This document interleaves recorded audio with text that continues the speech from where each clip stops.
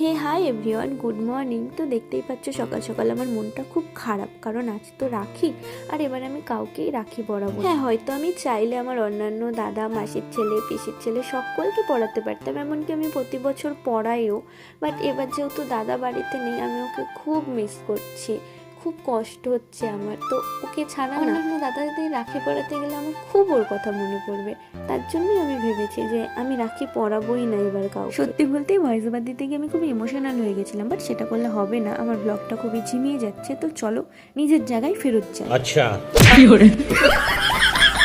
সকালবেলা থেকে অনেক মন খারাপ করেছিলাম, তারপর ভাবলাম না, এরকম মন খারাপ করে থাকলে চলবে না, সামনের বার দাদাকে পড়াবো, কি প্রবলেম, এখন চলো এনাদের একটু ডিস্টার্ব করি।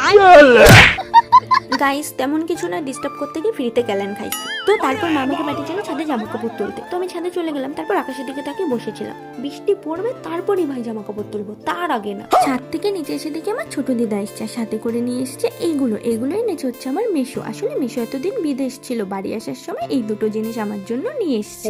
তারপর ঘরে এসে অনেক খাটনির কাজ করছিলাম, না মানে জামা কাপড় ভাঁজ করছিলাম। দেন চলে গেছিলাম স্নান করতে, স্নান করে এসে একটু স্কিন কেয়ার করে তারপর চলে গেছিলাম আমার বেস্ট ফ্রেন্ডকে পুজো দিতে, পুজো দিয়ে চলে গেলাম খেতে। আর আজকের মেনুতে ছিল আলু ভাজা, শাপলার বড়া, মাছ আর আমার ফেভারিট কুচে মাছের ঝোল। আর খেয়ে উঠেই আমার আবার খিদে পেয়ে গেছিল, তাই সাথে সাথে খেয়ে নিলাম আবার ডাল ভাজা। তারপর বিকালবেলা দিকে আমাদের বাড়ি চলে এসেছে নতুন একটা অ্যাকোয়াগার্ড। আসলে আমাদের বাড়িতে যেটা ছিল সেটা না দেওয়াল থেকে খুলে পড়ে গেছিল আর তার জন্য ভেঙে গেছিল, তাই আজকে সেটা পাল্টে দিয়ে গেল। তার মধ্যে দেখি বাবাও কলার গাড়ি নিয়ে চলে এসেছে, আর অ্যাকোয়াগার্ডে যতটা জল ছিল সেই সব জলটা আমি এভাবে গাছে দিয়ে দিচ্ছিলাম।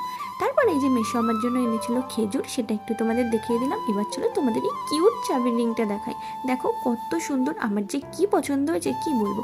Thank you Meesho.